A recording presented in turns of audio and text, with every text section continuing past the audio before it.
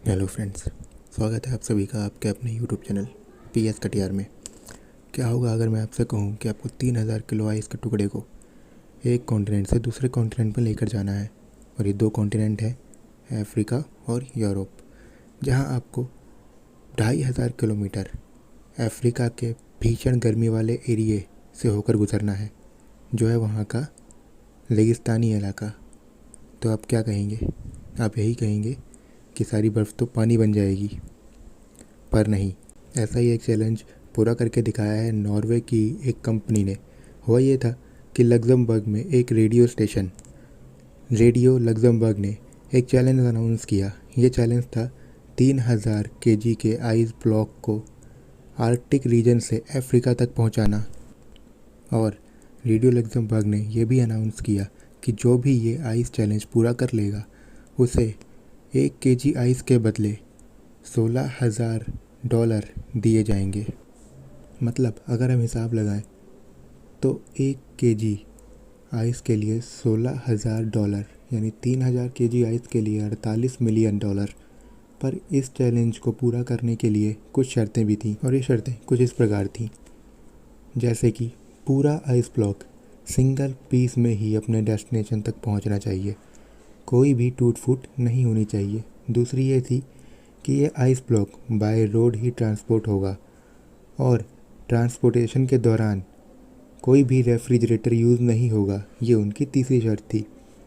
Radio Luxembourg ने एक बहुत ही इम्पॉसिबल से दिखने वाले चैलेंज को अनाउंस किया था, लेकिन इसके अंदर एक मेजर प्रॉब्लम ये भी थी कि ये 8,500 किलोमीटर का लंबा सफ़र था, और इस सफ़र में से 2,500 किलोमीटर का रास्ता अफ्रीका के गर्म रेगिस्तानी इलाकों से होकर गुजरता था, जहां पर भीषण गर्मी पड़ती थी। कई महीनों तक इस चैलेंज को पूरा करने की कोशिश किसी ने नहीं की। फिर नॉर्वे की एक इंसुलेशन कंपनी ने इस चैलेंज को एक्सेप्ट किया। कंपनी ने सोचा कि अगर वो इस चैलेंज को पूरा कर लेंगे तो अपनी कंपनी के लिए एक अच्छी खासी रकम जुटाने में कामयाब हो जाएंगे, जो वो आगे अपनी कंपनी में इन्वेस्ट कर सकते थे, और उनकी एडवर्टाइजमेंट भी हो जाएगी। और क्योंकि ये चैलेंज पूरी दुनिया में फेमस हो गया था, इस खबर को फैलने में ज़रा भी देर नहीं लगी कि नॉर्वे की एक इंसुलेशन कंपनी ने इस चैलेंज को एक्सेप्ट कर लिया है। और हर जगह अखबारों में, न्यूज़पेपर में, रेडियो चैनल्स पर इसी बात की चर्चा होने लगी कि एक इंसुलेशन कंपनी है जिसने इस इम्पॉसिबल से दिखने वाले चैलेंज को एक्सेप्ट किया है। और जब यह खबर रेडियो लग्जमबर्ग तक पहुंची, तब डर के मारे उन्होंने ये चैलेंज ही ख़त्म कर दिया। पर इंसुलेशन कंपनी पीछे नहीं हटी और उन्होंने चैलेंज को पूरा करने की ठान ली। और फिर उन्हें कई और कंपनीज ने भी स्पॉन्सर किया, जैसे कि शेल ने उन्हें इस सफ़र पर होने वाले सारे पेट्रोल का खर्च दिया। और अब तैयारी शुरू हो गई थी। फैसला लिया गया कि ट्रक को नॉर्वे के एक शहर मोइराना से गैबोन के एक शहर लिब्रेविले तक ले जाया जाएगा। अब एक परेशानी ये थी कि 3000 केजी आइस ब्लॉक को उठाकर ट्रक में लोड कैसे किया जाए। फिर इंसुलेशन कंपनी के इंजीनियर्स ने एक तरीका ढूंढ निकाला। उन्होंने 200 केजी के आइस ब्लॉक को काट काट कर हेलीकॉप्टर की मदद से ट्रक में लोड किया, और फिर इस बर्फ़ को फ्रीज़ करके 3050 केजी के आइस ब्लॉक में कन्वर्ट कर दिया। फिर 27 फरवरी 1959 को ये सफ़र शुरू हुआ। शुरुआत में तो कोई प्रॉब्लम नहीं हुई, क्योंकि यूरोप एक ठंडा महाद्वीप है, और क्योंकि यूरोप के लोगों को इस ट्रक के बारे में पहले से ही पता था। तो जब यह ट्रक उनके रिहायशी एरियो से होकर गुजरता था, लोग ट्रक के क्रू मेंबर्स को बहुत ही चीयर करते थे। कई जगह पुलिस ने इसे प्रोटेक्शन भी दी, और ट्रक को कम ट्रैफिक वाले एरियो से निकाला जाता था।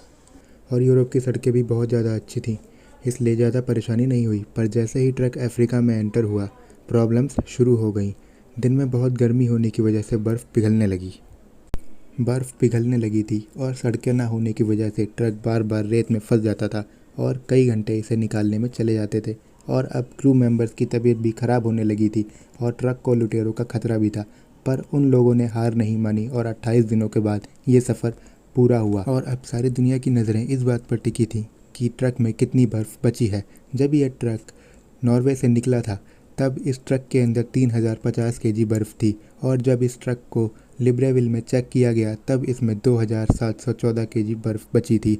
ये बात हैरान कर देने वाली थी कि आइस ब्लॉक का केवल 11% हिस्सा ही पिघला था, और अब इस आइस ब्लॉक को छोटे छोटे टुकड़ों में काटकर यौबोन के लोगों के बीच में बांट दिया गया।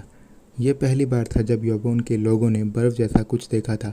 हालांकि इंसुलेशन कंपनी को इस चैलेंज को पूरा करने के बाद कोई पैसा तो नहीं मिला, पर इस चैलेंज को पूरा करने के बाद इंसुलेशन कंपनी ने जितनी पॉपुलैरिटी हासिल की, उसके बाद इंसुलेशन कंपनी की सेल के अंदर एक मैसिव ग्रोथ देखने को मिला और इंसुलेशन कंपनी की जितनी भी बिक्री हुई उससे उन्हें इतना मुनाफा हुआ जो इस चैलेंज को पूरा करने के बाद होने वाले पैसों से भी कई गुना ज़्यादा था।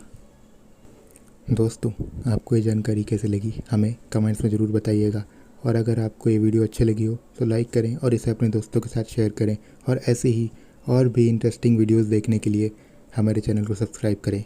धन्यवाद।